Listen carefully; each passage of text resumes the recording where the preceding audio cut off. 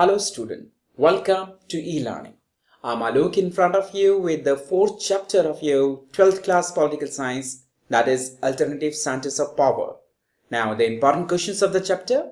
What is meant by Asian way? Asian way से क्या अभिप्राय है?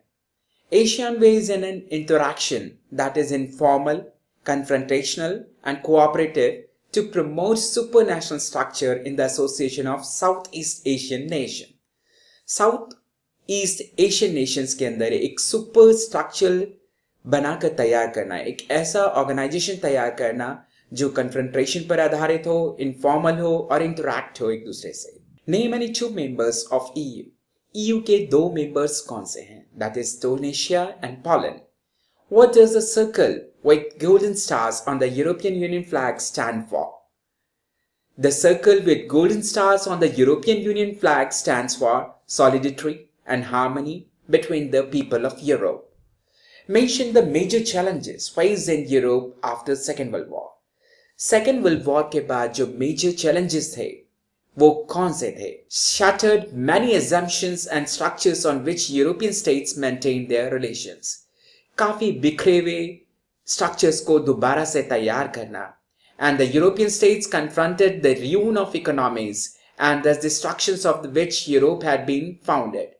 जो यूरोपियन यूनियंस थे, यूरोपियन स्टेट्स थे, वो काफी ruin हो चुके थे, बर्बाद हो चुके थे. उनकी इकोनॉमीज को दोबारा से तैयार करना. These are the two main problems, challenges. What is European Union? अब यूरोपियन यूनियन क्या है?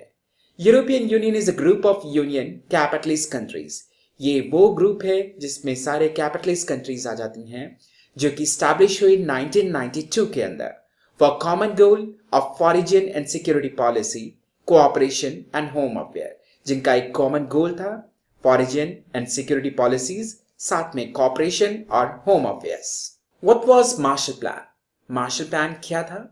Martial plan was introduced by America. इसे अमेरिका ने इंट्रोड्यूस किया था to provide financial help for revival of European economy. इस तरीके से फाइनेंशियल हेल्प प्रोवाइड करके वो यूरोपियन इकोनॉमी को दोबारा से रिवाइव कराना चाहता था. Name the two countries of European union who opposed American Iraq invasion. वो दो देश जो यूरोपियन यूनियन से बिलोंग करते थे और जिन्होंने इराक इन्वेजन के खिलाफ थे. That was Germany and France. What is Asian regional form? Asian regional form क्या था? ARF. Asian Regional Forum was established in 1994.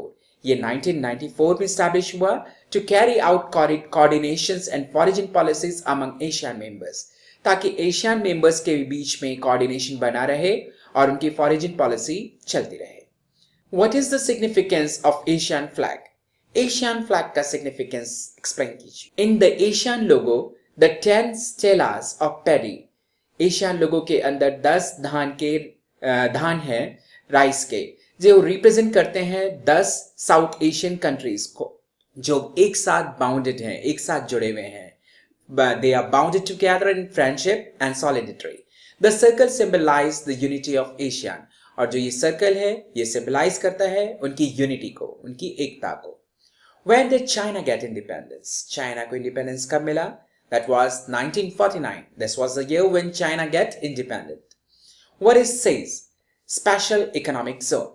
Special Economic Zone are created to set up their own enterprises by foreign investor. ये ऐसा zone create किया गया था जिसमें जो enterprises ने अपने आप तैयार किया था ताकि यहाँ फॉरेन इन्वेस्टर्स को इनवाइट किया जा सके. Mention the 3 pillars formed in ASEAN. ASEAN के अंदर जो 3 pillars हैं, main pillars, which are they? वो कौन से हैं? The Asian Security Community, the Asian Economic Community, the Asian Socio-Cultural Community. These are the 3 main pillars of ASEAN. Mention any 2 steps taken by China to improve its economy. 2 step जो China ने लिया अपनी economy को establish करने के लिए, improve करने के लिए. First one, Special Economic Zone was created. पहले स्पेशल इकोनॉमिक जोन को क्रिएट किया गया टू इनवाइट फॉरेन इन्वेस्टर, ताकि फॉरेन इन्वेस्टर्स वहां आए to set up their own enterprises. And second, the privatisation of agriculture. Agriculture को सबसे पहले प्राइवेटाइज किया गया एंड इंडस्ट्रीज को in 1982 and 1998. mention the agreement signed between India and ASEAN. जो एग्रीमेंट साइन किए गए इंडिया के और एशियान के बीच में वो कौन से थे? India sign free trade areas. सबसे पहले उसने फ्री ट्रेड एरियाज पे साइन किया, that is FTA with 2 Asian members, 2 Asian members के साथ, सिंगापुर और Thailand. Second, India is trying to sign on FTA with ASEAN itself, वो खुद एशियान के साथ इसका साइन करना चाहता है। What are the odds which limit the ability of EU? वो कौन सी odds हैं जो EU की ability को लिमिट करते हैं? That is, European Union is a supranational organization. सबसे पहले ये supranational organizations है, लेकिन फिर भी कई areas में its member states have their own foreign relation. उसके अपने foreign relations मौजूद हैं और उसकी defense policies हैं that are often at odds. और वो है British prime minister Tony Blair supported the US Iraq invasion. जबकि ब्रिटिश के प्राइम मिनिस्टर टोनी ब्लेयर ने यूएस इराक इन्वेजन को सपोर्ट किया, but many new members made US led coalitions of willing while Germany and France opposed it. बहुत सारे members इस coalition में शामिल भी हुए, लेकिन जर्मनी और फ्रांस ने इसको अपोज किया। Denmark and Sweden have resisted the maastricht treaty. maastricht treaty पर डेनमार्क और स्वीडन ने रेसिस्ट किया and the adoptions of euro को उन्होंने अडॉप्ट नहीं किया। The European union is a nation state more than a economic union. Justify the statement. जो European union है एक नेशन स्टेट से ज्यादा एक इकोनॉमिक यूनियन है, इसे जस्टिफाई कीजिए। The European Union has now started to act more as a nation state. आज के टाइम में यूरोपियन यूनियन ज्यादातर एक यूनियन स्टेट के तौर पर काम कर रहा है। कैसे? European Union has its own flag, उसका अपना फ्लैग है, अपना एंथम है, अपना फाउंडिंग डेट है एंड कॉमन करेंसी है। And European Union bears common foreign and security policy, उसकी अपनी फॉरेन एंड सिक्योरिटी पॉलिसी है। And the EU has made efforts to expand areas of cooperation. EU ने, European Union ने अपने cooperation के areas को काफी बढ़ाया है, while acquiring new members especially from Soviet bloc, नए मेंबर्स को शामिल करके, जैसे कि सोवियत ब्लॉक से। How can we say that ASEAN is an economic association? हम कैसे कह सकते हैं कि जो एशियान है एक आर्थिक स्तर पर एसोसिएशन बनी हुई है? To more extent it can be said that ASEAN is an economic association. Number 1, ASEAN economic community aims to create open market. सबसे पहला इसका जो एम है एशियान का, वो ओपन मार्केट बनाने का है एंड प्रोडक्शन बेस्ड एक्टिविटीज को बढ़ावा देने का है within the Asian states only. Number 2, Asian has created free trade areas. इसने FTAs को बढ़ावा दिया है for investment, labour and services के लिए। तीसरा, the current economic strength of Asian as a trading and investment partner to the growing Asian economics as India and China make this attractive proposal. The current economic strength जो Asia की है वो trading investment के तौर पर बढ़ रही है, इसके पार्टनर्स बढ़ रहे हैं, खासतौर से चाइना और इंडिया जैसे देश इसकी पोजीशंस के प्रपोर्शंस का हिस्सा बनना चाहते हैं। What are the objectives of Asian economic community?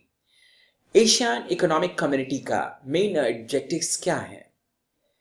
It's objectives are to create common market, एक कॉमन मार्केट तैयार करना एंड प्रोडक्शन बेस्ड एक्टिविटीज हो जहां पर, to aid social and economic development, सामाजिक स्तर पर और आर्थिक स्तर पर काफी डेवलपमेंट हो, टू रिजॉल्व इकोनॉमिक डिस्प्यूट, जितने भी इकोनॉमिक डिस्प्यूट्स हैं उनको खत्म करना, एग्जिस्टिंग डिस्प्यूट सेटलमेंट, जो भी अभी मौजूदा डिस्प्यूट्स हैं उनको सेटलमेंट करना, चाहे वो मैकेनिज्म हो या कैसे भी। Free trade areas for investment, free trade areas को बढ़ावा देना, labour services have also been created. How do Asian members commit to uphold peace and neutrality? किस तरीके से एशियन मेंबर्स पीस को और न्यूट्रलिटी को बढ़ावा देते हैं? Asian security community is based on the conviction that territorial dispute should not escalate into armed confrontation.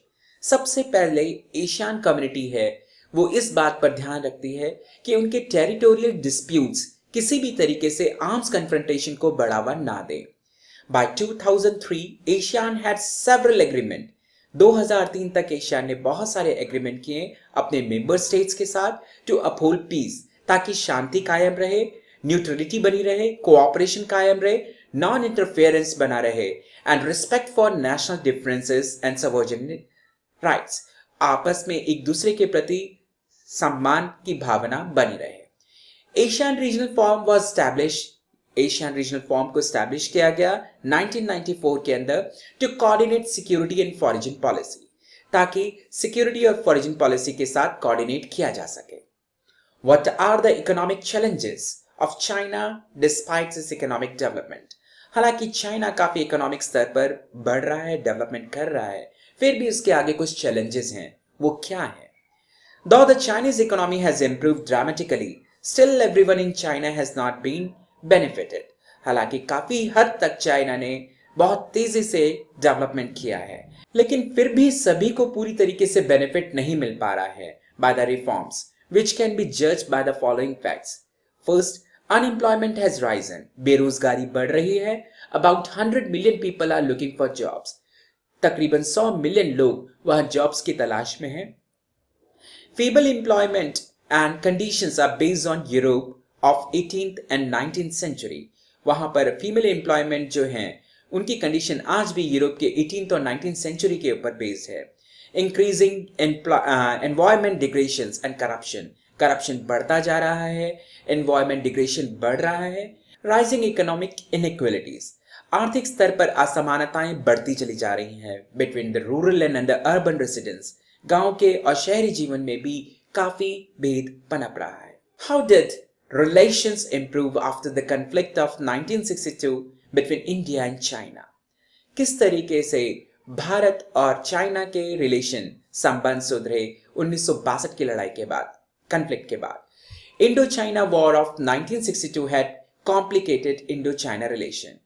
ये जो वॉर हुआ था 1962 में, इसने दोनों ही के रिलेशंस को काफी कॉम्प्लिकेटेड बना दिया था. After 1976 the relation began to improve slowly. धीरे धीरे 1976 के बाद ये रिलेशनों में सुधार आना शुरू हुआ. Chinese policy became more pragmatic and less ideological due to the change in China's political leadership. China leadership के अंदर बदलाव आने के कारण चाइनीज पॉलिसी ज्यादा प्रेगमेटिक होती चली गई और आइडियोलॉजिकल होती गई, जबकि चाइनीज पॉलिटिकल लीडरशिप में जब बदलाव आया तब ये चेंजेस आया. और 1970 से लेकर when China got ready to settle the continuous issue, क्योंकि तब उसने डिसाइड किया कि वो लगातार चले आ रहे इन इश्यूज को सुलझाएगा. A series of talks to resolve, लगातार बातचीत का सिलसिला जारी हुआ. द बॉर्डर इश्यूज को लेकर वो also initiated to develop harmonious relation, और इन्हीं के जरिए हमारे हार्मोनियस रिलेशनशिप में भी चेंजेस आए. How has the European Union evolve over time from an economic union to an increasingly political one? Explain the political diplomatic influence of European Union. Political और diplomatic influence के बारे में European Union के बताइए. As a supranational organisation, 2 members of European Union, Britain and France, hold permanent seats in the Security Council to influence the UN policies. UN policies को influence करने के लिए 2 मेंबर जो ब्रिटेन और फ्रांस हैं वो पहले से ही EU के मेंबर सिक्योरिटी काउंसिल में मौजूद हैं. And the EU also include various non-permanent members of the UNSC.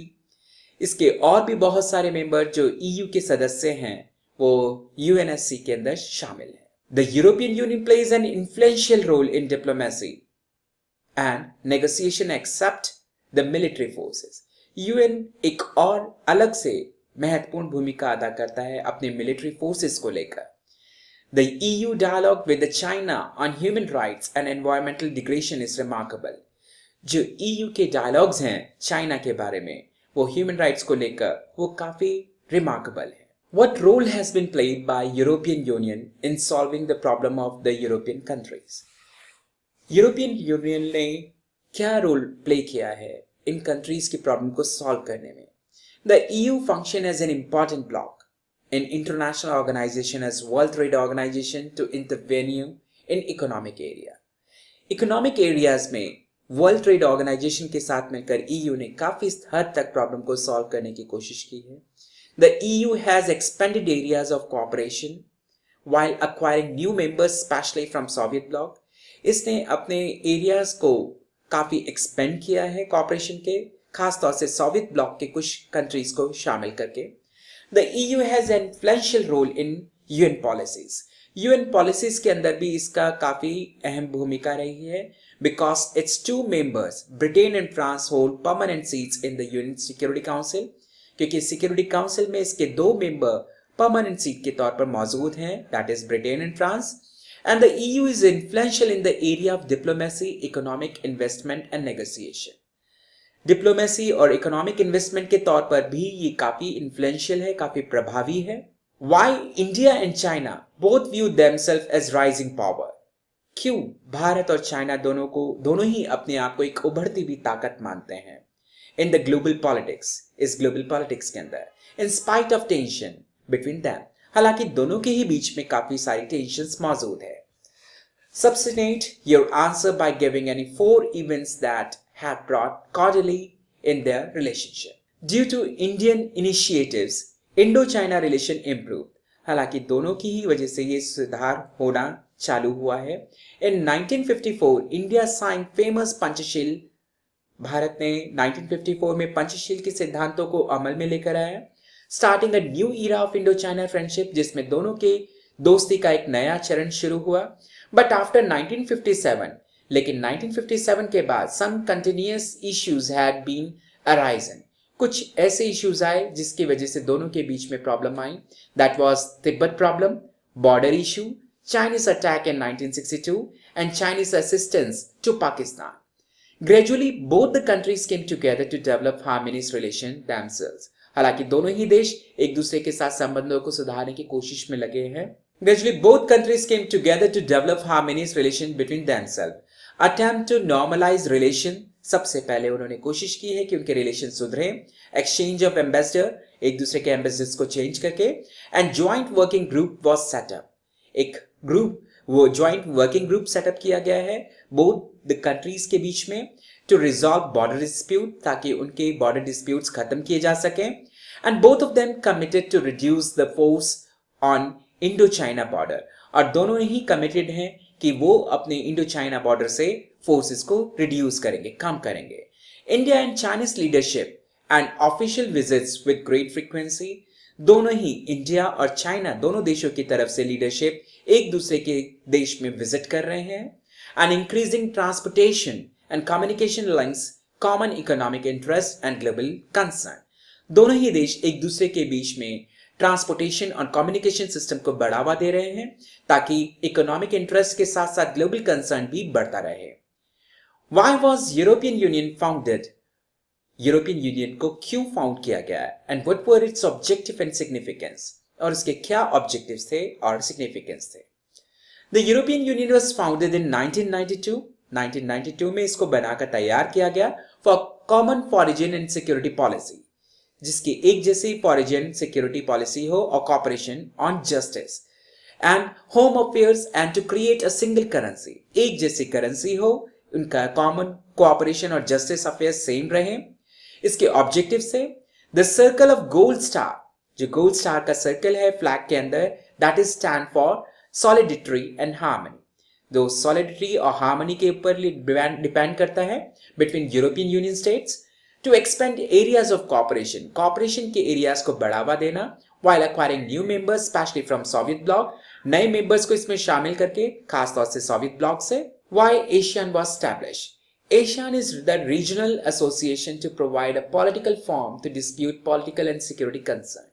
इसको इसलिए बनाया गया ताकि पॉलिटिकली सिक्योरिटी कंसर्न को बढ़ावा दिया जा सके और इस पर डिस्कस किया जा सके. Before and during the second world war, the southern east region of Asia suffered the economic and political consequences. क्योंकि सेकेंड वर्ल्ड वॉर से पहले और उसके दौरान सदर्न ईस्ट रीजन का जो एरिया थे काफी सफर कर रहे थे इकोनॉमिकली और पॉलिटिकली consequences में. तो repeated colonialism both European and Japanese, जिसमें यूरोपियन और जापानीज दोनों शामिल थे. Second, at the end of war it confronted problems of nation building. जब वॉर का एंड हुआ तो नेशन बिल्डिंग की problem I. The progress of poverty, poverty को कम करना एंड इकोनॉमिक बैकवर्डनेस, आर्थिक स्तर पर जो पिछड़ापन था उसको खत्म करना एंड द प्रेशर टू एलिंग विद वन ग्रेट पावर और another during the cold war के दौरान जो भी प्रॉब्लम्स आई उन सबको ठीक करना। China has emerge as a third alternative to the world power. China जो है एक तीसरी विश्व शक्ति के रूप में उभर कर आया है। Examine China emerged as a third alternative to the world power since its economic reforms of 1978. 1978 से जब से उसने अपनी इकोनॉमी को रिफॉर्म किया है, चाइना एक थर्ड वर्ल्ड पावर के रूप में उभरता आ रहा है। China has been fastest growing economy और एक तेजी से बढ़ती हुई आर्थिक शक्ति के रूप में उभरा है। First, China is projected to overtake the US as the world largest economy by 2040. सबसे पहले चाइना ने ये डिसाइड किया है कि यूएस को 2040 तक लार्जेस्ट इकोनॉमी से पिछाड़ेगा। It's economic integration into the region makes it drive of East Asian growth. उसकी जो इकोनॉमिक इंटीग्रेशन है वो बढ़ावा दे रहा है ईस्ट एशियन ग्रोथ को। And its strength of economy are population. उसका जो स्ट्रेंथ है इकोनॉमी का वो है उसकी population, land mass, resources, regional location, political influence added to its power. ये सभी उसके पावर को और ज्यादा बढ़ावा देते हैं। How did China and it's political and economic isolation. China की पॉलिटिकल एंड इकोनॉमी किस तरीके से आइसोलेटेड है। China had adopted Soviet model of economy. उसने सोवियत मॉडल ऑफ इकोनॉमी को अडॉप्ट किया है। डिस्पाइट डेवलपमेंट, इतना सारा डेवलपमेंट के बाद भी China face economic crisis. China को भी इकोनॉमिक क्राइसिस का सामना करना पड़ रहा है। As industrial production was not growing fast, क्योंकि जितना भी इंडस्ट्रियल प्रोडक्शन हो रहा है वो इतना तेजी से नहीं हो रहा है। इंटरनेशनल ट्रेड वाज मिनिमल और जो अंतरराष्ट्रीय ट्रेड है वो भी कम है। Under this situation some major policies decisions were taken और इसी वजह से कुछ पॉलिसीज को डिसीजन लिया गया है। That is China established relations with the US in 1972। 1972 से चाइना ने अपने रिलेशन यूएस के साथ सुधारे और China propose 4 areas of modernization. Modernization के 4 एरियाज पर उसने सबसे ज्यादा जोर दिया। That is agriculture, industry, science, technology in 1973। 73 में इन चारों एरियाज पर सबसे ज्यादा फोकस किया गया चाइना के अंदर। Open door policy was introduce. China ने अब ओपन डोर पॉलिसीज को इंट्रोड्यूस किया टू जनरेट हाई प्रोडक्टिविटी, ताकि यहां पर ज्यादा प्रोडक्टिविटी हो सके by investment of capital and technology from abroad. बाहर से कैपिटल यहां आए और टेक्नोलॉजी यहां पहुंचे। प्राइवेटाइजेशन ऑफ एग्रीकल्चर, चाइना ने एग्रीकल्चर को प्राइवेटाइज किया एंड इंडस्ट्रीज को in 1982 and 1998। China set special economic zone. China ने स्पेशल इकोनॉमिक जोन को बढ़ावा दिया टू रिमूव ट्रेड बैरियर्स, ताकि ट्रेड बैरियर्स को रिमूव किया जा सके। Chinese economy has been recognized at the global level. Chinese economy आज ग्लोबल लेवल पर रिकॉग्नाइज की जाती है, justify. China has introduce open market. China ने ओपन मार्केट को इंट्रोड्यूस किया है which is moving China towards global economy, जो कि चाइना को ग्लोबल इकोनॉमी की तरफ पर ले जा रहा है। The integration of Chinese economy and interdependencies has enabled China to have considerable influence with its trade partner.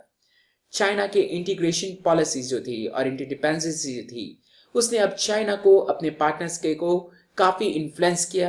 And the open door policy has established the Asian economy. और open door policy की basis पर Asian economy काफी establish हुई और China outward looking for investment, यहां तक China भी investment के लिए देख रहा है 8 पॉलिसीज को in Latin America and Africa. Latin America में और अफ्रीका में आ protected China as a global player, और वहां पर एक ग्लोबल प्लेयर के तौर पर चाइना उभर रहा है। These are the important questions of the 4th chapter, that is alternate centres of power.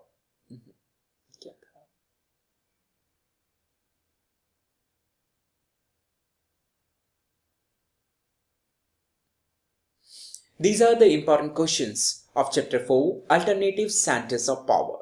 If you like this video, press the like button and subscribe the channel. Thank you.